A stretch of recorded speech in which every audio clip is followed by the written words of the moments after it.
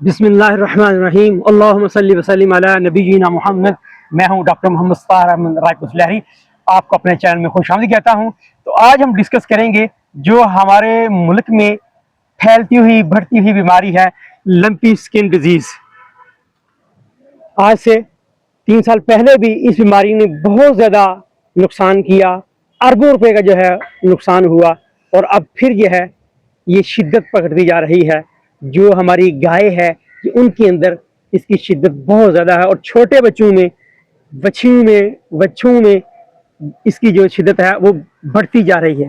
तो ये जो लंपी स्किन डिजीज़ है, ये कैप्री पॉक्स वायरस से फैलने वाली बीमारी है। और ये जो वायरस है, ये जो मैक्रोफेजेस हैं जानवर के जिस्म के अंदर, जो डिफेंस सिस्टम है, उनको ये मुतासर करती है। जो ब्लड वेसल हैं, खून की नालियां हैं, ये उनको डैमेज करती है। फिर वहाँ पे खून की नालियां जो हैं उनकी स्वेलिंग हो जाती है, वेजिकुलाइटिस जो है वो हो जाएगी। जो लिम्फ नोड हैं, जहाँ पे लिम्फोसाइट जो हैं, बॉडी की डिफेंस लाइन जो है, क्योंकि जो लिम्फोसाइट होते हैं जिस्म के लिए कुव्वत मदाफित जो है वो सारे का सारा उनका काम होता है। तो ये जो लिम्फोसाइट हैं, ये इनको जब डिस्टर्ब करते हैं, ये वायरस उनमें जाके रेप्लिकेट करता है। फिर जो लिम्फ नोड हैं वो सूज जाते हैं। फिर क्या होगा, जब जो लिम्फ नोड हैं वो भी सूज जाएंगे, स्किन के ऊपर फिर जो है वो ट्यूबरकल जो हैं वो आना शुरू हो जाते हैं। जो गोल पर ये नोड्यूल्स टाइप जो हैं, वो उभार जो है वो बनने शुरू हो जाते हैं, और देखते देखते ये पूरे जिस्म में जो है ये फैल जाता है। जिस तरह आप इस वीडियो में भी देख रहे होंगे, ये जो वच्छी है, एक तो ये जो गर्दन है, इसके साथ साथ जो झालर है, जो ड्यू लैप है, उसके अंदर भी जो स्वेलिंग है, काफ़ी जो वो स्वेलिंग की हुई है, सूजी हुई है, साथ एडीमा है। और जो इसके लिम्फ नोड हैं ये सूज गए हैं, और जिस्म के ऊपर यहाँ ये देखें ये सारे, और फिर कमर के ऊपर ये पीछे सारे, राइट एंड लेफ्ट पूरे के पूरे जिस्म के ऊपर जो है ये जो ट्यूबरकल हैं, उभार हैं, ये बनते जा रहे हैं। और जो स्किन के सेल्स होते हैं ये उनको डैमेज करते हैं, फिर वहाँ जगह सूज जाती है।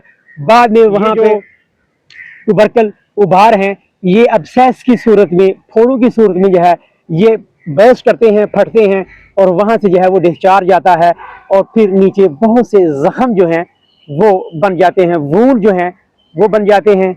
जानवर को बुखार हो जाएगा, जिस तरह बता रहा था, इसमें जानवर के जो लिम्फ नोड सूज जाते हैं, जानवर खाता नहीं है, जब बुखार होगा डेफिनेटली। और पूरे जिस्म के ऊपर, क्योंकि स्किन के ऊपर जो है एपिडर्मिस जो है वो भी मुतासर होती है, उनके सेल जो है एपिडर्मिस, जो एपिथेलियल सेल्स हैं, वो भी फाइब्रोब्लास्ट सेल जो हैं उनको भी ये डैमेज करता है। और फिर आपका कीमती जानवर जो है वो बेचारा ना सही तरह चल सकता है, क्योंकि जॉइंट जो है, जोड़ जो है वो भी जानवर के सूज जाते हैं, लिम्फ नोड सूज जाते हैं। जो झालर है उनके अंदर जो है वो पानी, एडीमा जो है वो हो जाता है। जानवर के नाक से, मुंह से जो है लेसला पानी जो है वो फैलना शुरू हो जाता है, जानवर गिराता है, चलने की कोशिश करता है जानवर, वो चल नहीं पाता, और बसा का जानवर जो है वो बैठा ही रहता है। और जब ज्यादा जो फोड़े हो जाते हैं, ये ट्यूबरकल ज्यादा मकदार में हो जाते हैं, तो फिर जानवर जो है उसको शदीद दर्द होती है, पेन होती है, साथ इन्फ्लेमेशन जो है, जनरलाइज इन्फ्लेमेशन, और जो इफेक्टेड एरिया है वहाँ पे नेक्रोटाइजिंग जो वहाँ पे सेल है, टिश्यू है, वो अपना काम नहीं करते। अब ये तो मैंने बता दिया, ये बीमारी है जो वायरस से फैलती है, और इनको फैलाने के लिए क्या है, चिचड़ जो टिक्स हैं, मॉस्किटो मच्छर हैं, और मक्खियाँ जो हैं, ये इनको फैलाने का एक बहुत बड़ा जरिया है। तो इसके अलावा ये डायरेक्ट कंटेक्ट से एक एनिमल से दूसरे एनिमल में जब वो टच करते हैं, या आपकी गाय जो बीमार थी, उसको ये बीमारी थी, आप उसका जो दूध दो रहे हैं, वही बर्तन, वही हाथ, जो आपका सेहतमंद जानवर है, अगर आप उसको जाकर टच करेंगे, यही यूटेंसिल, यही जो चीज़ें हैं, यही बर्तन अगर उसके लिए इस्तेमाल करेंगे, तो तभी वो जानवर वो मुतासर हो जाएगा। और जो बुल है उसके अंदर भी ये जो वायरस है वो आ जाता है, और ये जो जिस्म के अंदर सिक्रीशन जितनी भी हैं, खा वो जानवर दूध दे रहा है, वो पेशाब कर रहा है, मुंह से जो सलाइवा थूक आ रहा है, उसके अंदर ये वायरस शेड होता है और इसकी वर्टिकल ट्रांसमिशन होती है। यानी कि अगर माँ गबन है, प्रेग्नेंट है, तो जो अंदर उसके यूट्रस से बच्चा है, वो बच्चे में भी ये जो है ये बीमारी ट्रांसफर हो जाती है। तो ये काफी मसला है, बहुत बड़ा इशू है। जो मेरा किसान दोस्त है, जो मवेशी पाल भाई हैं, वो इस बीमारी की वजह से बहुत ज्यादा परेशान हैं, क्योंकि 2-3 साल पहले जो इस बीमारी ने हमारे मुल्क में जो नुकसान किया था, वो बहुत बड़े पैमाने पे अरबों डॉलर जो हैं वो हमारे ज़ाया हुए। और जो गरीब बेचारा है वो भी मुश्किल से दिन रात की खिदमत करता है, इनको जवान करता है, और अगर जानवर बीमार हो जाए और अल्लाह ना करे उसका कीमती जानवर जो है वो ज़ाया हो जाए, तो यकीन माने उस बेचारे की कमर टूट जाती है। तो आपने जो मैंने चीज़ें बताई हैं, अपने हाथों को धो के रखें। जब जानवर को दूध धोते हैं, वही इस्तेमाल शुदा बर्तन दूसरे जो सेहतमंद जानवर है उसको जो है वो टच ना करें। तो जहाँ से जानवर पानी पी रहे हैं, सिर्फ हेल्दी जानवर जो है वहां से पानी पिए। आपका जो एक जानवर भी बीमार है उसको बिल्कुल अलग कर दें, उसका खाना, उसके जो चारा है, उसकी जो फीडिंग और उसका जो पानी है, वाटर ड्रॉप जो है, वो बिल्कुल आप अलग कर दें, ताकि दूसरे जानवर जो है वो मुतासर ना हो। जो गाय है, भैंस है, जो अच्छा दूध दे रही थी, इस बीमारी में दूध ही बिल्कुल खुश्क हो जाता है, जानवर देखते ही देखते हड्डियों की मुठ बन जाता है, कमजोर, इमेसिएशन जो है, वीकनेस जो है उसके अंदर आ जाती है। तो जानवर को बुखार होता है, अब आज इसके इलाज के लिए, बुखार के लिए जो एंटीपायरेटिक मेडिसिन आ रही हैं, आपने इसका इस्तेमाल लाजमी करना है। उसमें फ्लूनिक्सिल मैग्लोमिन, इसका बहुत अच्छा रिजल्ट है। आपने जो बड़ा जानवर है इसको 15 सीसी लगाएंगे, इंट्रामस्कुलर गोश्त के अंदर लगाएंगे, और कोशिश करनी है जो आपका जानवर बीमार है, जिसका आप इलाज कर रहे हैं, उसकी सुई दूसरे जानवर के साथ कभी भी आपने वो इस्तेमाल नहीं करनी, दूसरे जानवर के ऊपर उसके इस्तेमाल नहीं करना। और जो चवाई वाला टीका लगाते हैं, हमारे फार्मर की आदत है, जब वो चवाई करता है, for the let down of the milk, जो अगर पसमा नहीं आता, दूध थनों के दूध नहीं आता, तो वो ऑक्सीटोसिन का जो टीका हार्मोन है वो इस्तेमाल कर रहा है। तो कोशिश करें वो वाली सिरिंज जो है वो सेहतमंद जानवर को नहीं लगानी, तो वो सिरिंज आपने अलग रखनी है। तो बुखार उतारने के लिए बुखार वाली मेडिसिन जो है वो आपने इस्तेमाल करनी है। उसमें बताया फ्लूनिक्सिल मैग्लोमिन है, डिक्लोफेनेक सोडियम है, कीटोप्रूफन है, मेलॉक्सिकेम है, ये आप साल्ट इस्तेमाल कर सकते हैं। लेकिन फ्लूनिक्सिल मैग्लोमिन या दूसरा जो है मेलॉक्सिकेम, ये आप इस्तेमाल करें। तो ये 3 से 5 दिन लगातार आपने इस्तेमाल करना है, जब तक जानवर जो है वो खाना शुरू ना कर दे। साथ में आपने एंटी हिस्टामिन जो है, CPM, क्लोरफिनिरामिन मैलिएट, जिसको हम एवल कहते हैं, एवल का जो इंजेक्शन है, जो बड़ा हेल्दी जानवर है जिसका वजन 500 केजी के करीब है, आपने उसको 20 से 25 ml जो है गोश्त के अंदर ये टीका लगाना है।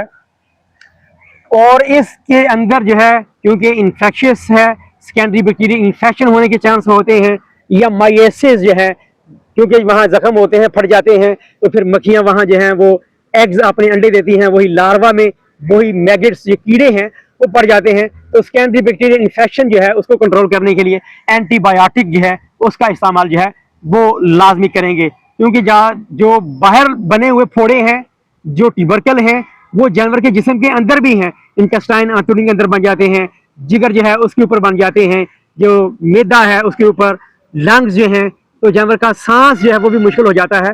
तो आपने इसके लिए जो एंटीबायोटिक है, आप एनोफ्लॉक्सासिन, सिप्रोफ्लॉक्सासिन, किनोलिन ग्रुप जो है, या सिफर जो है, सेफ्टिफर सोडियम जो है, आप वो वाला इंजेक्शन जो है 1 ग्राम वाला, आप वो अपने जानवर के लिए लाजमी इस्तेमाल करें दिन में 1 दफ़ा। और अल्लाह ना करे जिस्म के ऊपर फोड़े बन गए हैं, वो फट गए हैं, वहां से मवाद यह निकल रहा है, तो आपने नीम के पत्ते लेके अच्छी तरह उनको पानी में बॉयल कर लें। जब पानी ठंडा हो जाए तो ठंडे पानी के साथ सारे जिस्म को उसको आपने धोना है। और जब गर्म मौसम भी गर्म है, जानवर को बुखार भी है, तो आपने सुबह और शाम अपने जानवर को नहलाना है, उसको ठंडा रखना है। उसको आप स्ट्रेस से जितना बचाएंगे, जितना उसको इजी रखेंगे, वो बेहतर होगा। और नीचे वाली जगह जहाँ जानवर बैठता है वो आपने नरम रखनी है। उसके अंदर भल जो है, ये रेत और मिट्टी की जो कम्बिनेशन है, आपने वो इस्तेमाल करें। जानवर को जितना इजी रख सकते हैं, आसान माहौल दें, जो नरम गज़ा है वो दें। अगर जानवर आपका बिल्कुल नहीं खा रहा, खाना छोड़ दिया है, तो आपने उसको जो चोकर है, डलिया है, खल है, या कोई वंडा है, इन सब चीज़ों को जानवर के वजन के मुताबिक जो है आपने डेली जो है 3 किलो सुबह 3 किलो शाम जो है पानी के अंदर भिगो के, बहुत ज्यादा पानी ना हो, अपने हाथों के साथ जानवर को खिलाना है। जानवर को पानी ज्यादा ऑफर करना है, क्योंकि इस बीमारी में डिहाइड्रेशन जो है, मुंह से भी पानी जा रहा है, जो जिस्म के ऊपर से जो है वेपोरेशन हो रही है, पसीना आ रहा है, वो भी पानी जाया हो रहा है, जानवर पेशाब कर रहा है, गोबर कर रहा है, तो पानी की कमी नहीं होनी चाहिए। और इसके अलावा आपने जो एलोवेरा है, क्वारगंदल है, हल्दी है, शक्कर जो है, इन सब चीजों को जो है आपने मिक्स कर लें। क्वारगंदल ले लें कम से कम जो है वो एक पाव लेके, बड़े जो इसकी डरी है ऊपर से इसको काट लें, छिलका उतार दें, उसको छोटे छोटे पीस करके उसमें जो है 100 ग्राम हल्दी डालें, 100 ग्राम आपने शक्कर डालनी है, 2 चमचे आग में घी जो है डालडा वो डालें, मिक्स करें अच्छी तरह और अपने जानवर के मुंह के अंदर भी जो है वो लगाएं और उसको खिलाएं भी। इससे कुव्वत मुदाफ़त इम्यूनिटी बेहतर हो जाएगी। ये तरीका इस्तेमाल करने से इंशाल्लाह आप देखेंगे आपका जानवर बहुत हेल्दी हो जाएगा। और जिस तरह बता रहा हूँ कि जो सेकेंडरी बैक्टीरियल इन्फेक्शन है, माइसिस है, वो जो जख्म है उसके अंदर कीड़े पड़ सकते हैं, तो आपने आइवरमेक्टिन जो है, ये बैरूनी किरम जो है, जो चिचड़ों वाला जो टीका है, चिचड़ भी मारता है, जो फ्लीज हैं, जो ऊपर जुएं लगी हैं वो भी मर जाएंगी, इंटरनल पैरासाइट वो भी मर जाएंगे। सेकेंडरी बैक्टीरियल इन्फेक्शन को कंट्रोल करने में इसका बड़ा रोल है।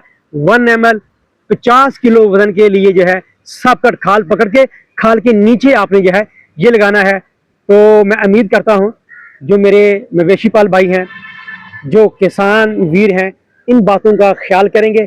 आपने परेशान नहीं होना, आपने हिम्मत नहीं हारनी।